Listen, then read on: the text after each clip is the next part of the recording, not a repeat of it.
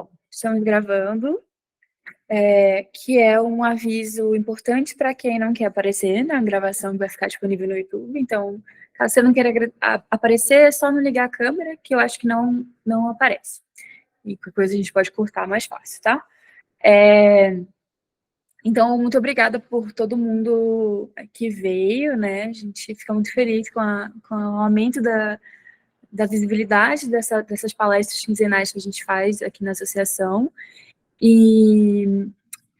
Então, hoje a gente tem a Juliana, que está aqui do meu lado. A gente faz longe de você. Oi, gente. Boa noite.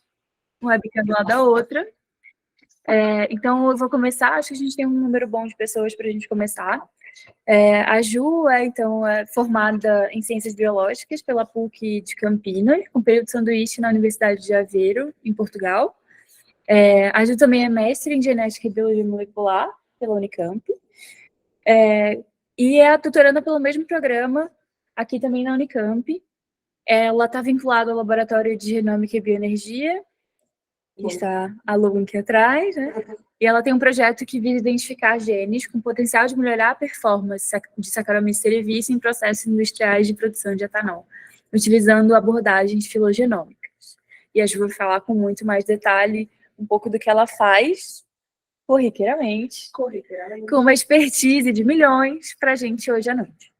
Então, perguntas são super encorajadas, a Ju está super animada em ouvir vocês, as opiniões de vocês e perguntas, curiosidades, enfim, o que vocês acharem legal de comentar.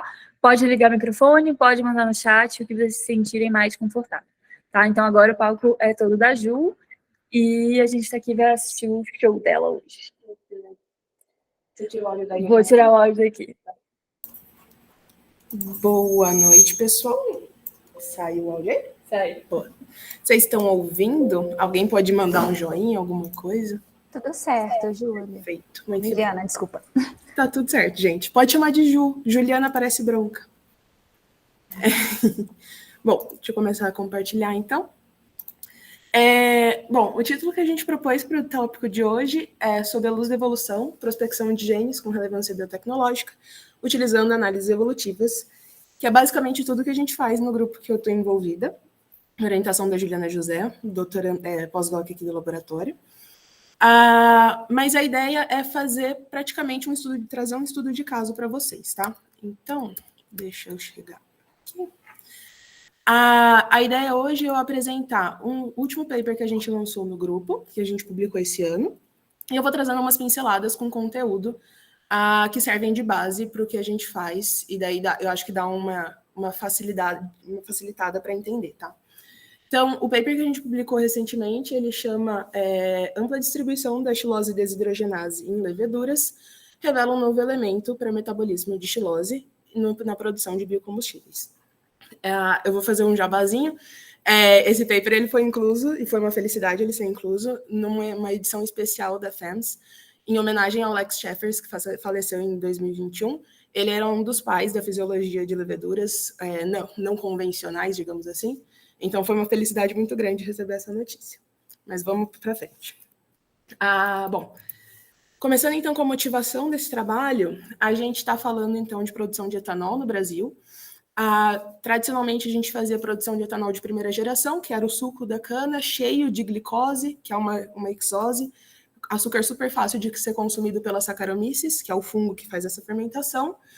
Ao longo do tempo, a gente tem necessidade de diversificar a matriz energética e surge, então, as produções de segunda geração, onde a gente vai usar a biomassa como uma fonte extra de açúcar. A ideia é tirar todos os açúcares possíveis dessa biomassa. Só que a biomassa ela é rica em pentoses, e as pentoses, no caso a xilose, ela não é metabolizada facilmente pela Saccharomyces cerevisiae. E aí a gente tem, então, já o primeiro desafio biotecnológico, que é fazer, entre aspas, o milagre, dela fermentar, de fato, de um modo eficiente esse açúcar. Então, naturalmente, a gente tem duas vias principais de consumo de xilose. A primeira, que é mais encontrada nos fungos, tal qual Saccharomyces, é a oxirredutiva. A gente tem dois genes que vão sair de xilose, vão fazer a conversão até a xilulose, que encaminha esse substrato até a produção de etanol. Essa é a mais comum em fungos, mas ela é a menos eficiente no nosso caso. E também tem a via da isomerização. Então, a gente tem a xilose isomerase saindo da xilose, convertendo ela direto em xilulose e depois levando para a geração de etanol. A grande questão aqui é um fator de desbalanço de cofatores, que é gerado a partir da via oxirredutiva, e é um dos gargalos. Bom, beleza. Dado o escopo geral, a gente vem, então, para a xilose desidrogenase, que aqui a gente chama de XIL-DH. De onde que ela saiu, onde foi a primeira vez que a gente encontrou? Alguns anos atrás, um doutorando do laboratório, o Alessandro, ele estava fazendo a anotação de um genoma de Lipomyces starkis e ele se deparou com xilose desidrogenase, gene que a gente não sabia o que fazia, para onde serve, de onde veio e o que faz. Só para não dar confusão para quem não é da área, a gente está falando daqui de uma xilose redutase e o gene que a gente traz como fonte aqui é a xilose desidrogenase, tá? Enfim, ele foi a primeira pessoa que trouxe o conhecimento do gene para a gente. O trabalho dele acabou não indo para frente, porque lançaram um genoma mais robusto antes da publicação dele. Em um segundo momento, o grupo da minha orientadora, Juliana José, ela pegou e ela propôs uma genômica comparativa de 17 genomas de fungos do subfilo Saccharomycotina. E a partir dessas comparações, a gente encontrou a expansão da xilose desidrogenase, então ela estava em um número de cópias maior dentro desses fungos, e a gente também encontrou evidência de seleção natural moldando a evolução desse fungo, desse gene, tá? Então esse foi o primeiro alerta de, ok, aqui tem alguma coisa interessante. E aí, num modo meio megalomaníaco de ser, a gente resolveu aumentar o nosso dataset de 17 genomas para 183 genomas. E isso foi o trabalho de iniciação científica do André. Então, a partir do trabalho dele, a gente começou com algumas perguntas que moldaram o paper, e depois a gente foi contribuindo com algumas outras. Então, basicamente, eu trouxe aqui as principais perguntas que a gente fez ao longo desse estudo e como que a gente foi respondendo elas. A primeira de todas é o quão disperso é a XIL-DH ao longo desses 180 genomas. Segunda questão é como esse gene ele evoluiu através desses fungos. Se a xilose desidrogenase tem alguma correlação com o fenótipo de consumo ou fermentação, afinal, esse é o objetivo nosso na indústria nesse caso. Quais são as vias metabólicas ou as possíveis vias metabólicas que ela participa? Se existe alguma evidência de seleção moldando a evolução desse gene, e, por fim, se ela é funcional ou não, porque também não adianta muito a gente ter um gene novo que não tem uma aplicação ou que não tem uma função. Então, o escopo aqui do trabalho foi em cima dessas 6 perguntas. Começando, a primeira delas, o quão disperso ela é através desses 180 genomas, dessas 180 espécies. Que a gente tem aqui uma árvore filogenética. Então, cada pontinha dessa daqui, cada linha, é o nome de uma das espécies que a gente está trabalhando. O que eu tenho marcado aqui em azul, esse destaque, é um clado, é a região onde se concentram as espécies que têm o potencial de fermentar ou consumir xilose. E aí, cada nome que está marcado em azulzinho são as leveduras que têm a presença de xilose desidrogenase, tá? Então, dessas 183 espécies, a gente tem 107 leveduras que são consumidoras de xilose e outras 27, dessas 107, outras 27 são fermentadoras também de xilose, tá? E dessas 183, 105 delas têm o gene que a gente tem interesse, a XIL-DH. Então, a gente começa a ver uma possível correlação da presença do gene com o fenótipo, dado que temos várias leveduras com XIL-DH aqui, dentro do clado que tem fenótipo de interesse. E aí, um destaque interessante, a gente tem aqui um clado das leveduras que fermentam, ele tem outras fermentadoras ao longo dele, mas esse clado aqui é exclusivo, entre aspas, de fermentadoras, e todas elas têm a presença da XIL-DH, então isso é um indicativo interessante para a gente. E aí vem uma pincelada de conhecimento, a gente tem que entender como que um gene nasce e quais os possíveis destinos que ele pode ter. Então, do nascimento do gene, a gente Aqui em cinza eu tenho uma representação de uma árvore filogenética. Cada uma dessas pontas seria uma espécie e a linha por dentro vai ser a história evolutiva do gene, tá? Então, nesse caso aqui, no surgimento de novo, a gente tem, nesse momento, no passado, acúmulo de mutações em uma região que ela não era funcional e até o momento que ela passa a ser funcional. Então, a gente tem um surgimento de novo, ele acontece... Tem uma palavra para de novo, que não de novo? Ele tem uma origem... ele acontece, ele nasce, literalmente isso. Então, dessas 5 espécies, a gente tem 2 que vão ter o gene que surgiu aqui a partir da mutação de novo. A segunda possibilidade é a transferência horizontal dos genes. Então, aqui no antepassado, a gente tinha a presença da XUDH, já estou jogando no próprio projeto. A gente tinha a presença desse gene. Por alguma razão, essas 3 espécies, elas tinham perdido esse gene, ele deixou de ser funcional. Ele continua para essas 2 espécies, mas mais recente na história dessa evolução, tem a transferência desses genes para esse antepassado comum, que passa, então, a ter esse gene vindo de um organismo filogeneticamente distante. Essa seria a segunda possibilidade de surgimento. E, por fim, a gente tem as duplicações. Nas duplicações, a gente vai ver que aqui todos os indivíduos têm esse gene. Em algum momento na história, o antepassado desses 2 indivíduos, ele sofre uma duplicação genômica, e aí esses 2 indivíduos, eles têm 2 cópias do gene, enquanto os outros 3 têm uma cópia só. Essas são as possibilidades de surgimento dos genes. Aí a gente tem os destinos. Então, aqui a gente pode considerar que nessa primeira coluna é a cópia 1 do gene, na segunda coluna a cópia 2, e aí são as 4 possibilidades de destino. Então, na primeira possibilidade, a gente tem que a seleção natural, ela está atuando de modo negativo, o que a gente chama de seleção purificadora ou seleção negativa.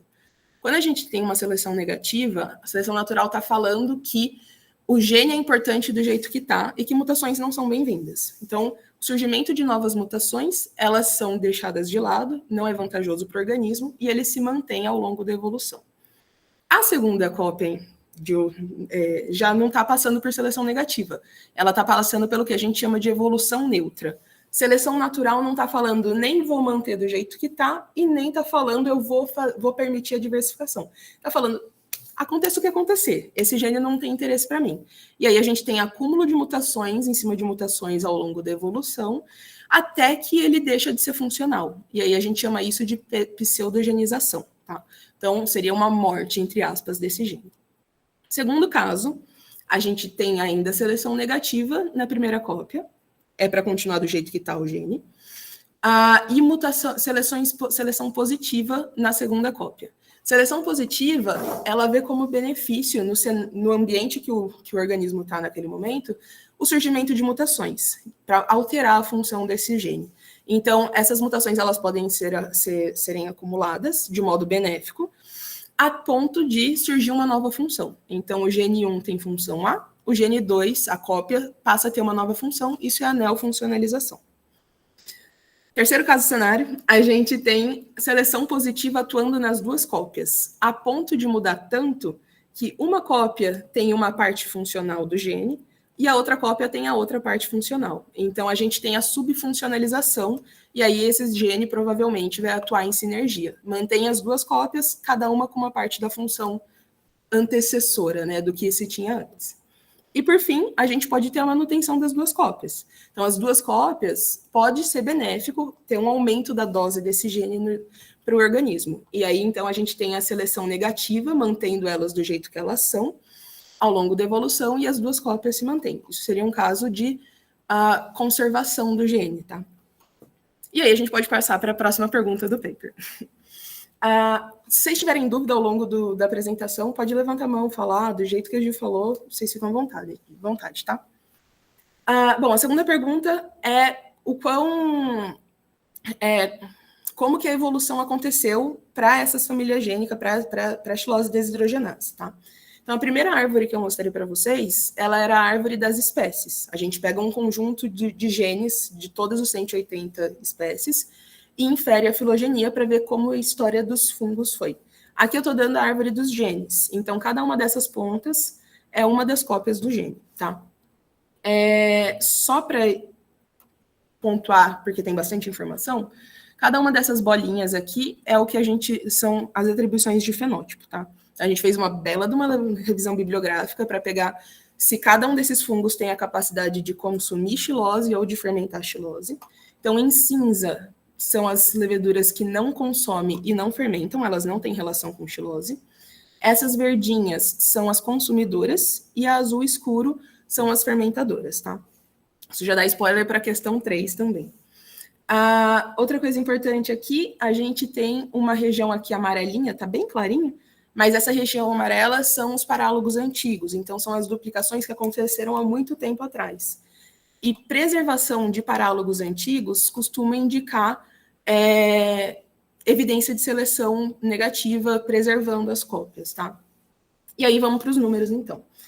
A gente tinha 180 genomas, aí desses 180 genomas, a gente tem 105 deles com a presença de pelo menos uma XUDH, mas tem algumas cópias que tiveram duplicação, que nem a gente falou no slide anterior, então a gente totalizou aqui 147 homólogos, 147 cópias do gene xilose desidrogenase, tá?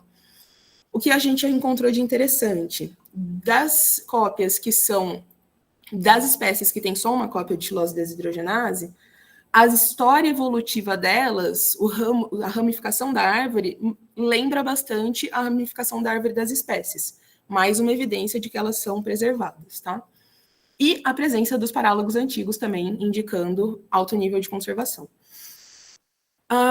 Bom, até aqui, então, a gente tem alguns indícios de que tem com relação fenótipo, consumo de xilose, fermentação de xilose e a presença do gene, mas a gente também precisa de validação estatística, né? Então, a gente parte ali para foi um Q quadrado, mas aqui a gente tem todas as espécies, então em cinza seria o total das espécies que consomem xilose, e em azulzinho são as que de fato têm a XUDH, e aqui existe uma barra cinza aqui, acreditem, mas a gente tem aqui também todas as leveduras que têm o perfil fermentativo, e depois em azul escuro, todas as que fermentam e têm a xilose desidrogenase, tá? E aí, a partir de estatística, a gente consegue ver que sim, existe uma correlação entre a capacidade de metabolizar esse açúcar e a presença da XUDH. Ela não é estrita, não é 100% de correlação, mas ela ainda existe, tá? A gente não consegue tirar a funcionalidade a partir desses dados, mas é mais um passo, mais um bloquinho para a gente construir essa narrativa. A próxima pergunta era sobre o metabolismo. E aí, então, a gente foi atrás de literatura, porque a xilose desidrogenase ela não era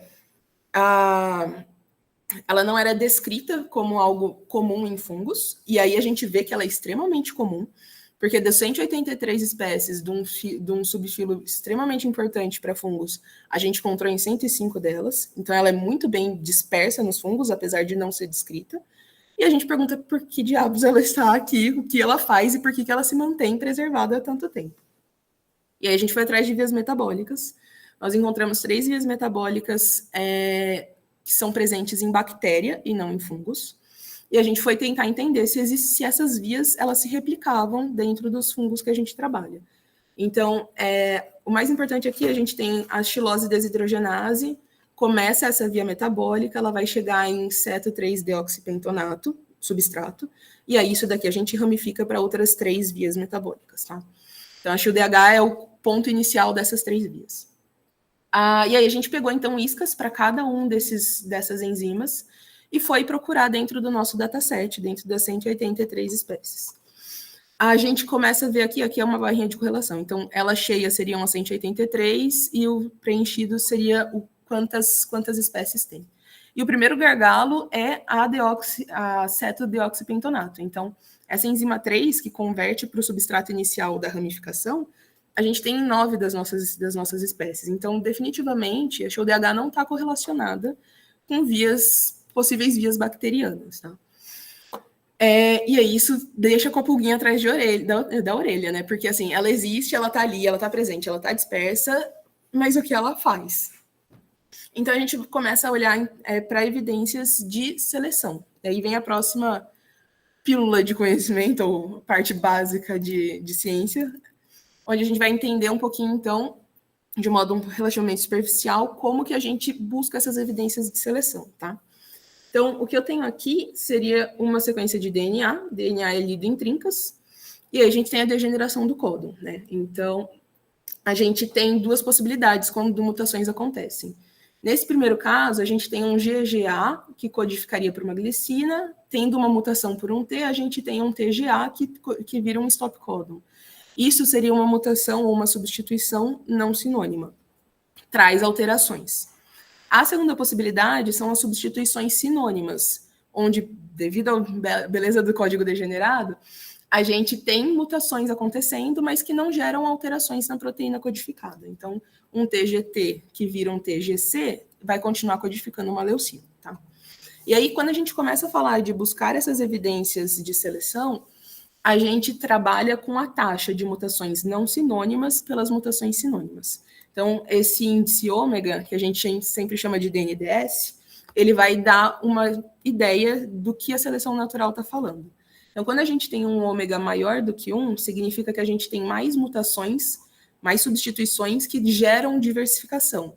Então, a gente está falando de uma seleção positiva ou de uma seleção diversificadora, tá? Quando a gente tem um ômega igual a 1, a gente tem uma taxa muito semelhante entre as mutações não sinônimas e as sinônimas. Então, a gente está falando de evolução neutra. Seleção natural não está nem aí, você não tem nem ela puxando para manter do jeito como está, purificadora, nem para diversificar.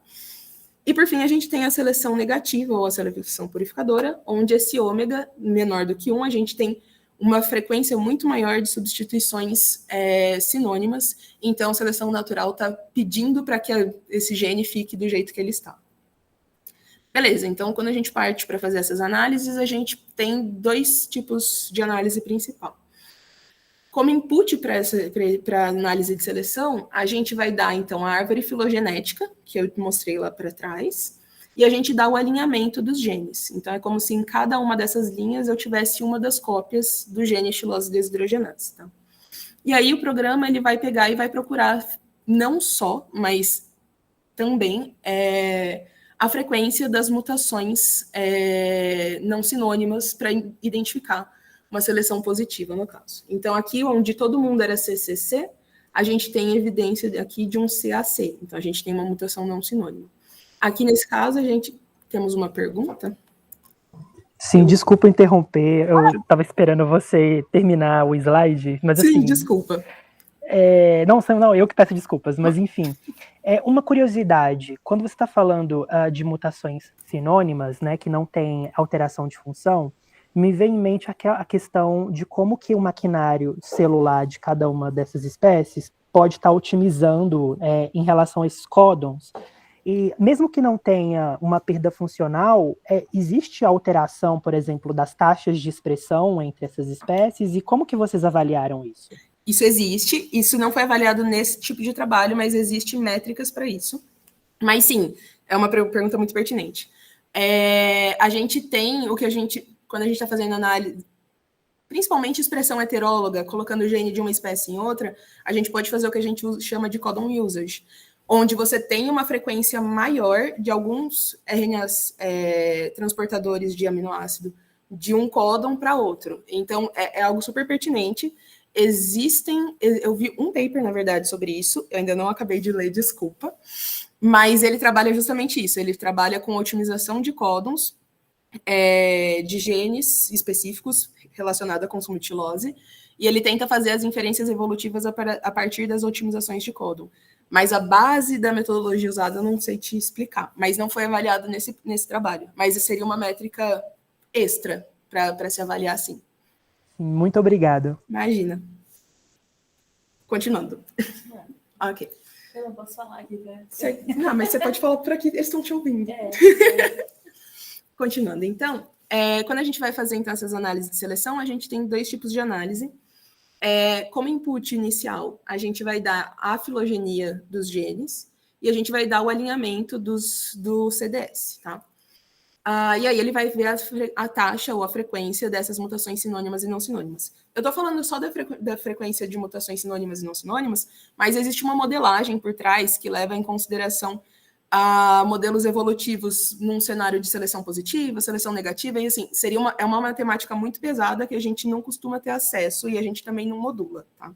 Mas existem diferentes modelos para diferentes cenários. Nesse caso, a gente está tentando entender como que está a seleção sítio a sítio. Então, para cada códon, ele vai gerar um score, entre aspas, e ele vai falar, olha, na posição tal, a gente tem uma evidência forte de seleção positiva. Na posição tal, a gente tem evidência de seleção negativa. Então, você consegue entender quais domínios estão sobre mutação frequente ou não, tá? O que tá sendo permitido alterações na proteína. E o outro caso que a gente tem seriam os modelos branch site. Então, aqui, além da filogenia e do alinhamento, a gente também passa informações do fenótipo de interesse. Então, nesse trabalho que eu trouxe, a gente tinha os fenótipos das consumidoras de xilose e das fermentadoras de xilose. São duas análises distintas, tá? E aí ele vai fazer a análise dando peso maior para os fenótipos que a gente impede, para o que a gente chama de foreground. Então, aqui ele vai ver que dentro das fermentadoras, nesse caso, por exemplo, a gente tem evidência de seleção positiva nesse sítio e nesse sítio, porque a gente tem as alterações frequentes acontecendo para espécies, para sequências que vêm dessas espécies. Deixa eu voltar para cá, facilita a vida. Bom, e aí então a gente vem para resultados. A primeira questão, então, foi como que a evidência, como uma seleção acontece para a xilose desidrogenase, tá? Então, no eixo X aqui, a gente tem a extensão da proteína. Aqui a gente tem plotado os domínios que a gente reconhece quando a gente joga no Interpro. E aqui a gente tem o que a gente chamou de taxa evolutiva. Esse resultado é para o FUBAR, que é o site model, que não leva em consideração o fenótipo, tá? E aí, quando a gente não traz atribuição de fenótipo, ele fala para a gente que essa proteína está majoritariamente sobre a evidência de seleção negativa, purificadora, onde mutações não são bem-vindas. Porém, quando a gente pega e passa as informações de fenótipo, eu esqueci de deixar uma legenda boa aqui, desculpa, mas lembrando, consumidoras e fermentadoras de xilose, quando a gente fala, olha, agora olha com carinho para esse dataset aqui, para esse conjunto de espécies, aí ele encontra evidência de seleção positiva. E a gente também encontra evidência de seleção positiva dentro de domínio de ligação de cofator, que é algo bastante impactado, já sabido na literatura, quando a gente está falando da via oxirredutiva, que é a via dos fungos, tá? Então, a gente vê que apesar delas serem muito conservadas, quando a gente relaciona com o fenótipo, a gente tem alguma permissão aí dessas alterações, tá? Da seleção positiva. E aí, por fim, a gente tem também o modelo do Abshel. O modelo do Abshel também é um branch site, ele leva em consideração o fenótipo. Eu sei que vocês não estão vendo aqui, vamos dar um zoom. Mas aqui eu tenho aquela mesma filogenia dos genes que eu tinha passado para vocês. E em vermelhinho eu tenho marcado os ramos que estão sob seleção. Então, o Abshel, ele mostra que esse clado aqui, por exemplo, ele está com evidência de seleção positiva. E esse clado é muito interessante porque ele tem espécies do gênero Spathaspora e do gênero Cândida, que são sabidamente consumidoras e fermentadoras, tá? Então, o que a gente tem de muito legal aqui é que a gente consegue ver evidência de seleção positiva dentro dessas enzimas, especificamente direcionada para o fenótipo que a gente quer, tá? E aí, por fim, a gente pega e a gente se pergunta sobre a funcionalidade, se isso é, de fato, funcional dentro das leveduras, tá? Então, desde os resultados que eu estava trazendo, a gente já tinha um indício de que sim, ela é funcional, porque senão ela não se manteria.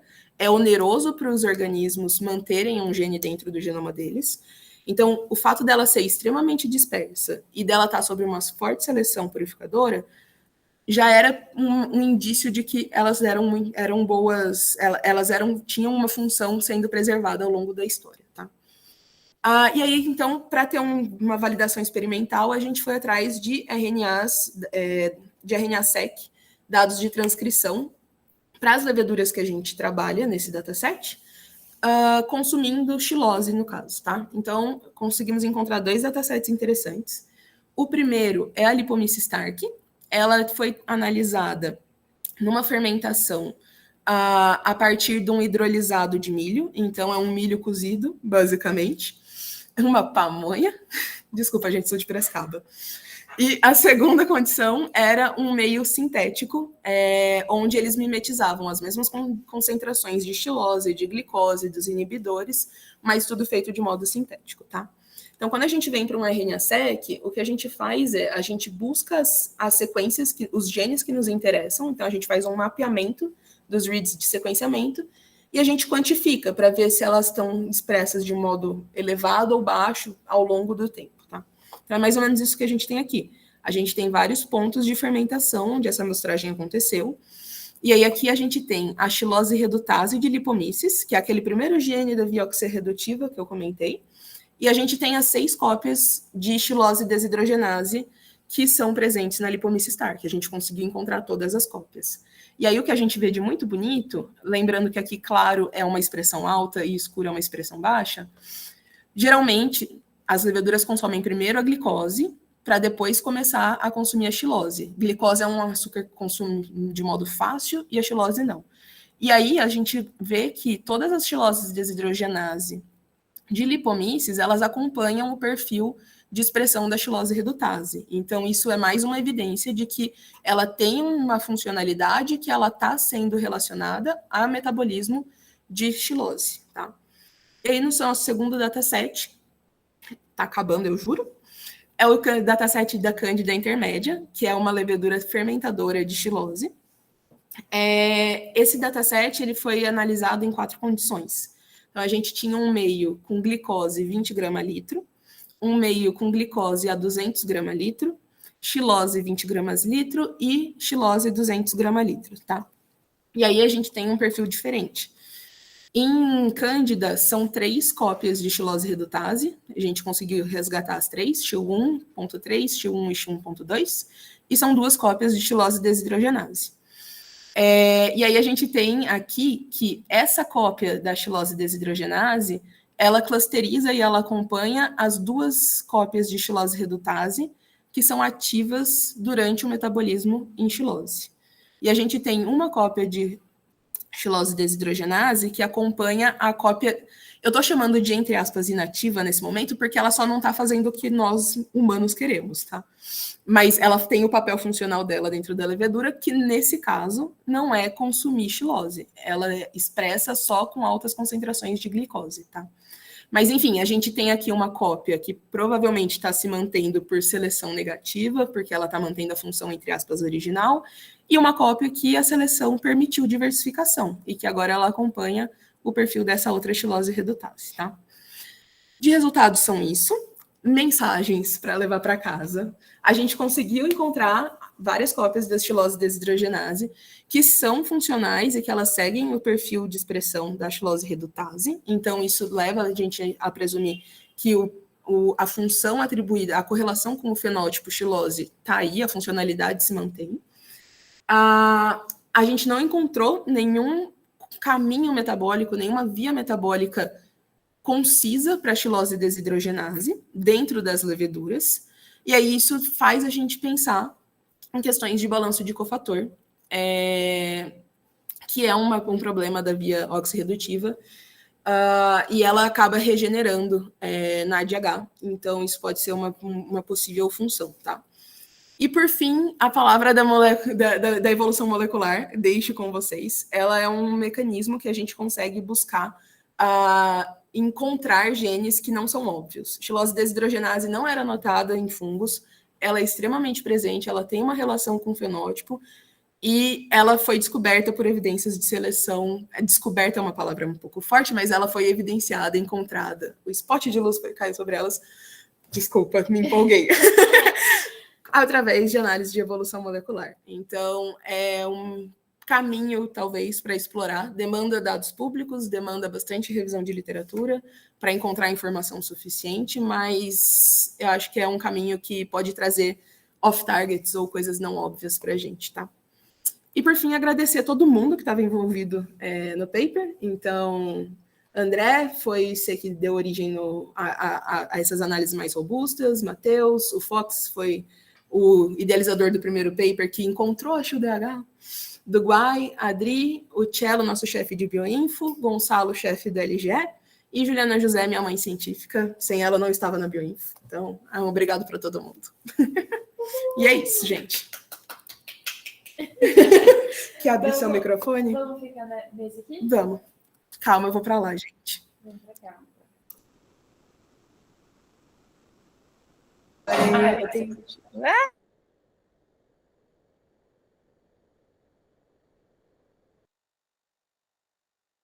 Para a apresentação. Acho que agora Foi. estamos. Oi, gente. Muitas palminhas. E aí, perguntas? Vamos ver se a gente tem perguntas. Eu vi uma mão levantando, não sei de onde foi. Não Né? foi do Paulo? Não. Alguém quer fazer pergunta no microfone? Deixa eu dar uns avisos primeiro, então, enquanto vocês pensam nas perguntas. Avisos antes que a Yala me brigue, que eu não dei os avisos. Então, a gente sempre fala que tem certificado, e realmente tem. Então, a Yala vai mandar no chat a lista de presença, tá? Para quem quiser certificado, preencher esse formulário. Outro aviso importante é que no dia 7/6, a gente vai ter a próxima palestra, que é com a Ana Lídia Moreira, com o título Saúde 4.0, Internet das Coisas, a Revolução na Saúde. Então, a gente está mudando aqui de água para o vinho, né? Mas é também uma coisa super diferente, assim, super diferentona, que a gente achou que era legal mostrar. Terceiro aviso, acho. A gente tem uma newsletter, que ela também vai mandar o link. O legal da newsletter é que você pode acompanhar as próximas palestras, o calendário de apresentações e outras coisas que a gente faz, além de notícias de biologia sintética, artigos que saem do Brasil e do mundo. Então, assim, é uma fonte legal de informação. Quarto aviso. Eu vou deixar contando aqui. Quem entrou através do Meet pelo link e quer ver as próximas palestras, aí ela vai mandar o link no chat para você preencher o forms e aí ficar no banco de dados da SimBR Convida, e a gente manda todos os outros links para você. Então tá, agora acho que a gente tem espaço para as perguntas. Vocês podem mandar ligando o microfone ou mandando no chat, tá? Então, a mãozinha do Paulo está levantada, você pode falar, Paulo. Olá, mais uma vez. Primeiro, eu gostaria de agradecer pela palestra, acho que foi bastante explicativa. Oi. Perdão, a gente não estava ouvindo. A gente estava sem áudio. A gente estava sem... Tá, não, sem problemas. Primeiro, eu gostaria de agradecer pela palestra, eu acho que foi bastante elucidativa. Acho essa área extremamente interessante e ela tem um impacto muito alto, principalmente em relação ao Brasil, que é um grande produtor de biocombustíveis. E eu tenho mais uma pergunta do ponto de vista da curiosidade sobre como que vocês pensam em modelar os próximos passos, porque eu percebi, por exemplo, que as perguntas que vocês fizeram e responderam com esse estudo, elas são perguntas que muito de caracterização, né? Você está querendo entender como esse gene funciona, a distribuição dele, a diversidade funcional através das espécies. E quando você tem esse dataset constituído, eu fico pensando em como que você poderia utilizar algumas abordagens, por exemplo, para aprimoramento de vias metabólicas. E aí vocês pretendem fazer, por exemplo, algum tipo de abordagem como evolução dirigida, em que você pode estar, por exemplo, aperfeiçoando genes de caracterização de melhor funcionalidade para que vocês buscam, né, que é aumentar essa produção. Ou substituir genes numa espécie específica por algum que tem alguma mutação positiva em relação a essa produção. Como que vocês estão visualizando essas possibilidades de futuras abordagens na pesquisa de vocês? Ótima pergunta. É a continuação do trabalho do André, virou o mestrado dele. A gente conseguiu a espataspora. Lembra que eu mostrei uma filogenia que tinha evidência de seleção positiva no ramo do clado das espatásporas, que era uma boa fermentadora? A gente pegou uma cópia sob evidência de seleção de espatáspora e a gente está começando a fazer edição para expressão heteróloga dentro de Cerevize. Então, a gente tem uma levedura de Cerevize com vioxirredutiva, que já tem as modificações para melhorar o consumo de xilose, e a ideia é ver se de fato existe balanço de cofator, se essa hipótese de desbalanço de cofator ela é viável. Então, o que a gente vai fazer é a expressão heteróloga dessa cópia de espatáspora, e quantificação de cofatores para ver se vai alterar balanço. E depois ver o perfil fermentativo, se melhora a fermentação ou não. Então, está indo para frente para a bancada. Todo esse caminho de bioinfo acaba servindo como um screening de novas variáveis e novas possibilidades do que a gente pode alterar no processo de fato. Então, a ideia agora é a validação experimental. Muito legal, muito obrigado e mais uma vez parabéns pela pesquisa. Deixa eu ver se a gente tem alguma coisa aqui. Não, então vou fazer minha própria pergunta. Você tem pergunta? Tem. Ai, que medo. Mas é uma pergunta mais de jornada, assim. Como que você Ok. veio, como você foi parar na análise evolutiva, né? Eu acho que, como você fala, não é Não é óbvio. uma coisa óbvia de se fazer. Não existem muitas pessoas que fazem. Justo. Como que foi para você chegar nisso? E a segunda pergunta lembrei. Eu tenho uma segunda pergunta. Você faz um trabalho de bioinformática pesado, né? Então, Sim. como foi? Você já era da bioinformática? Como foi essa jornada de chegar na Foi bioinformática? quase um trauma.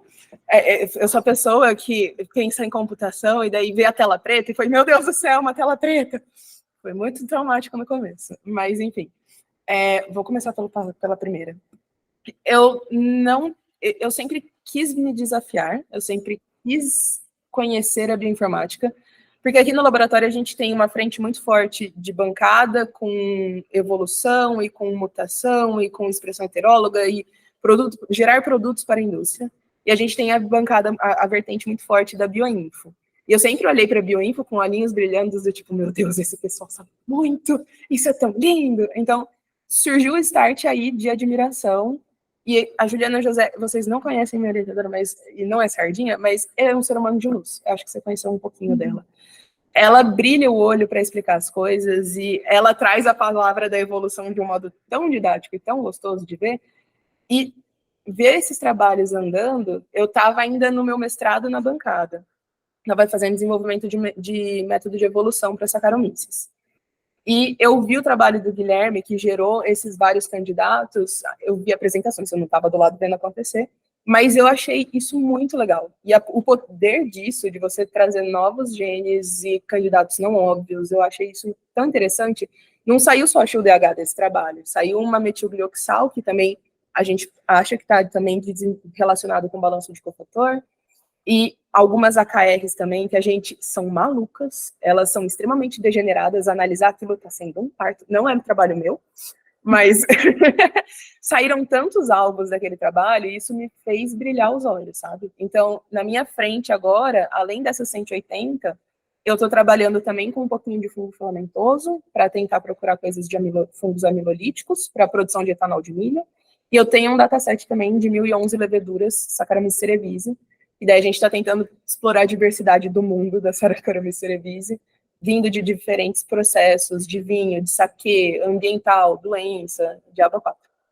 Enfim, o mundo da evolução e a possibilidade de se prospectar coisas distintas foi o que me fez cair aqui. Mas eu nunca quis tirar o pezinho da bancada também. Eu sou muito fã da bancada. Legal, legal. E eu acho que eu respondi tudo, mas eu posso ter esquecido alguma coisa, desculpa. Não, foi ótimo. Tá certo. A Ana Paula tem uma pergunta interessante. Ela perguntou se existe alguma possibilidade de domesticar a espatáspora. Ela é meio triste, né? Porque ela não é estável, então ela se autofecunda, mais ou menos. A gente tem... porque você pensa em Saccharomyces cerevisiae, ela tem metinta... É como se fosse macho e fêmea. Ela tem o A, o alfa, você consegue cruzar as duas, o A continua sendo A, entre aspas, para sempre. A espatáspora não, ela tem esse problema de... Eu acho que é homotálico o nome técnico, mas ela consegue se diploidizar, então a gente tem que encontrar... A gente está entrando nesse mundo da espatáspora, é uma possível segunda vertente do trabalho do André, de tirar a XUDH da espatáspora e ver o que acontece.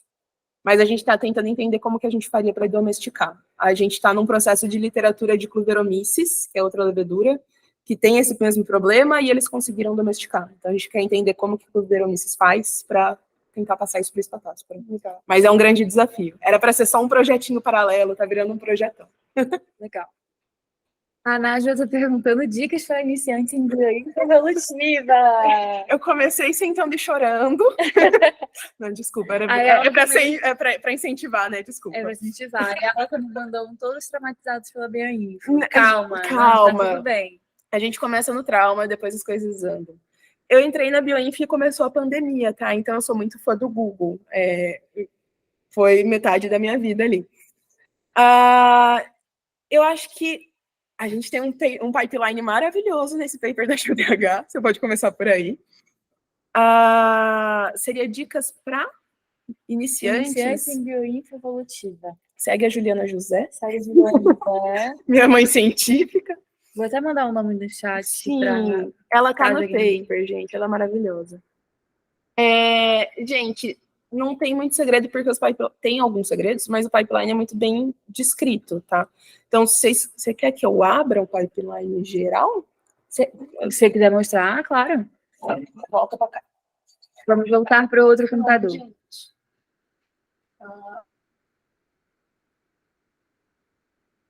Vocês estão mutadas.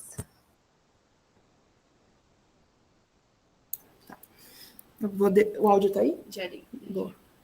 Ok, temos áudio. Se vocês quiserem abrir o microfone, vocês podem, tá, gente? Fica à vontade. Tela inteira, tela de lá, compartilha. É um pedaço de um pôster, gente. Por favor, não me matem, tá? Mas é relativamente simples. Tá muito triste ver isso? Não, tá. Não. Gente, desculpa, é um pedaço de um pôster, é o que eu tenho mais próximo aqui, fácil, tá? Mas é relativamente simples. Bom, primeira coisa, vocês têm que conhecer a pergunta que vocês querem, para saber que bichos que vocês vão tentar entender a evolução. A gente começa o trabalho com uma filogenômica, onde a gente vai comparar todas as famílias de genes que são semelhantes, tá? Então, a partir dos genomas, esquece essa Saccharomyces nesse momento, pensa só na 183 que a gente estava trabalhando. O que a gente faz a gente passa por um processo de predição dos genes que estão nesse genoma. Então, você vai ter ali um monte de ATCG. Você tem softwares específicos para isso. Nesse caso, a gente está usando o Augustus, onde ele consegue identificar, por modelos que ele tem dentro dele de treinamento, o que seriam genes. Então, ele faz o que a gente chama de predição, anotação. Aí a gente tem que ver a qualidade disso. Então, para cada espécie, a gente tem um conjunto de genes mínimo que se espera. E aí o busco, ele vê exatamente isso. Ele vê quanto por cento desse dataset mínimo você tem. Então, tá faltando 50% do que você espera de uma Saccharomyces cerevisiae. Esse genoma tá ruim, então você não vai usar esse genoma, tá? E aí a gente começa, então, a partir das predições, a buscar os CDS, que seriam os genes por si, e depois as proteínas. Aí, a partir da sequência de proteína, MAXI a gente usa para fazer alinhamento de CDS, tá? Que lembra que eu falei que a gente precisa analisar códon a códon? E o MAFT a gente usa para fazer alinhamento de proteína. Então, ela vai alinhar aminoácido por aminoácido. Mas aí a gente precisa... Tá ficando claro? Tá. Se surge dúvida no meio do caminho, sintam-se à vontade para interromper, tá? Aí a gente vai partir, então, para o que a gente chama de clusterização. Então, a gente tem ali um monte de proteína. Por exemplo, para cada um dos meus fungos, eu devo ter algo em torno de umas 50 mil proteínas preditas, nem todas são verdadeiras. Aí a gente precisa agrupar. Então, pensa na XUDH. A gente tem, cada genoma ali, 105 espécies que tem pelo menos uma cópia de XUDH. Dentro daquele mundo de proteínas, quais são as XUDHs? Então, a gente tem que clusterizar. Para isso, a gente usa o OrthoFinder. Ele vem por semelhança, pegando proteína por proteína, vendo a semelhança e identidade delas, e falando, esse pacotinho aqui, esse conjunto de sequências, são todas semelhantes o suficiente para eu chamar de família gênica. Tá? Então, a gente encontra a XUDH por aí. E aí, na filogenômica, o que a gente vai fazer é a análise de seleção para todas as famílias gênicas do seu dataset. Umas 10, 15 mil famílias gênicas, pelo menos. E aí a gente roda essas análises de seleção, é bem força bruta mesmo, para todas as X mil famílias, e a gente vai vendo quem tem evidência de seleção e quem não tem. E é a partir daí que a gente pesca os nossos candidatos. E aí eu vou subir aqui para cima, nos métodos. Essa daqui foi a figura principal do paper do Gui, que gerou vários candidatos. Então, o que a gente tem aqui é via de consumo de xilose, via de consumo de glicose, e aqui algumas vias anexas de metabolismo também. E aí o que está em vermelhinho são as enzimas ou os genes que têm evidência de seleção positiva dentro daqueles só 17 fungos. E foi daí que a gente começou a pescar para explorar mais dentro do nosso dataset ampliado. Então, foi assim que a gente foi encontrando alguns alvos não canônicos, entre aspas. Respondeu? Deu uma luz para quem estava com dúvidas? Luz de evolução. Sim, Vamos continuar aqui. Agora a gente tem vem que para mudar. cá, amiga. Vamos ficar aqui. Agora, eu pensei, né, nessa clonotipagem não, a clusterização que vocês fizeram, né? Isso. Eu imagino o tanto de proteína que vocês juntaram, o tanto de estudo que vocês têm que fazer, tanto... Agora é se virar, achar gente para analisar isso tudo. Sim, essa é a parte mais difícil. Ó. Eu estou com 3 frentes de genômica comparativa no meu doutorado. E a parte mais complicada é porque você tem muita coisa com evidência de seleção. Muita coisa que é canônico, que faz algum sentido na lógica básica nossa de eu preciso de xilose, o que está relacionado com xilose? Mas tem muita coisa que não, tipo, X... Quem é você na fila do pão? Por que você saiu de resultado aqui com evidência positiva? E aí, até você entender por que você tem evidência de seleção positiva naqueles genes específicos, não é pouca coisa. Então, assim, eu tenho uma análise rodando agora, que vou começar a me desesperar daqui a pouco, mas de 1000 famílias gênicas, tem 100 ali que tem evidência de seleção positiva. E aí eu vou começar a entender isso para consumo de para amilolíticas, consumo de maltose. E eu quero entender o que faz um fungo ser amilolítico além da alfamilase, porque não pode ser só presença e ausência de alfamilase. Então, daquelas 100 famílias ali que têm evidência de seleção positiva nessa parte nova do projeto, o que faz sentido para o fenótipo que eu estou procurando? É a dor de cabeça do mês que vem. Mas, enfim, é bem desafiador nesse sentido. Você tem que sentar, você tem que entender, começar a desmiuçar a via metabólica. E é bastante desafiador, mas é bem recompensador depois também. A construção do paper depois no final e a história que a gente conta fica bem bonitinho. Muito legal. Obrigada, Juliana. Imagina. Gostei muito. Que bom. Temos mais perguntas, gente? Vai na fé, amiga. Temos mais perguntas? Dou-lhe uma. Altos ha-ha-has. Dou-lhe 2. Então, vou fazer minha pergunta final, hein? A gente sempre faz uma pergunta. Você tinha que ter me avisado antes. Não, eu não tenho graça. A graça é a surpresa. Entendi. A gente sempre faz uma pergunta igual para todas as apresentações, todas as palestras que a gente tem, que é como você vê o futuro da biologia sintética no Brasil e no mundo. Não é completamente o teu ramo. Não. Mas a Ju tem um pezinho na biologia sintética. A Ju trabalha fortemente com automação no laboratório, então ela pilota o Hamilton. O Hamilton, que é um super robô ele lida com amostras, né, e líquidos. Então, e é um dos melhores robôs que a gente tem hoje em dia. E a Ju é uma pilota de Hamilton. Coitada da Juliana. Então que é uma super ferramenta também da biologia sintética. Enfim, sim. A Ju tem um pezinho. O que você acha que vai ser a biologia sintética no Brasil e no mundo? Eu acho finalizar? Que, não sei, pode ser síndrome do cachorro, não sei, mas eu vejo que no Brasil parece difícil, do pouco que eu tenho de contato. E aí o meu mundo é produção de etanol, é usina. Eu vejo alguma, entre aspas, retenção dos usineiros em mudar. Eu tenho alguns colegas com empresas que fazem consultoria para usineiro, e eu vejo nesse universo, eles são muito no sentido de... o que eu ouço é no sentido de que se está funcionando, tá bom. Então, para que tentar mudar, sabe? E eu não vejo a questão da pesquisa forte e desenvolvimento. Isso eu vejo dentro da academia e não da indústria.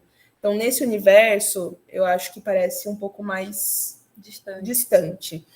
Em contrapartida, você vê projetos gigantes também nascendo que visam mudar completamente a matriz energética, e aí você começa a brilhar o olhinho, né? Be the brave. Mas não sei, isso me parece que, pelas experiências de amigos que vão para fora, que fora do país é muito mais fácil das coisas decolarem e de investimento ser feito. Aqui, taxação é tudo, sempre deixa mais caro um processo que quem faz um BEP nos Estados Unidos fala, mas a gente pediu e no final do dia tinha não sei quantos genes. Sim. Então, acho que a questão... A ciência no geral no Brasil. A ciência no geral no Brasil, eu acho que fica mais prejudicada, entre aspas. Sim. Mas a esperança é a última que morre, né, Mas gente? a gente está aqui, A gente está aqui, firme, forte. Para lutar para que essas coisas elas mudem. Sim. Pelo menos de pouquinho em pouquinho. Sim, tijolinhos. Uma hora a gente chega lá. É isso, gente. Acho que acabamos. Acabamos na hora, passamos um minutinho. Somos ótimos. Muito obrigada a todo mundo que veio e quem preencheu o formulário. Vai chegar o certificado, tá? Enfim, todos os avisos já estão no chat, caso vocês queiram pegar algum link. Muito obrigada de novo pela presença, pela participação e até a próxima. Até dia 7. Dia 7. Tchauzinho, gente. Tchau. Gente. Tchauzinho, até a próxima. Obrigada, Ju. Obrigada, Gostei gente. muito. Ju, eu fiquei pensando. Oi. Dá para usar o que vocês utilizaram para pesquisar?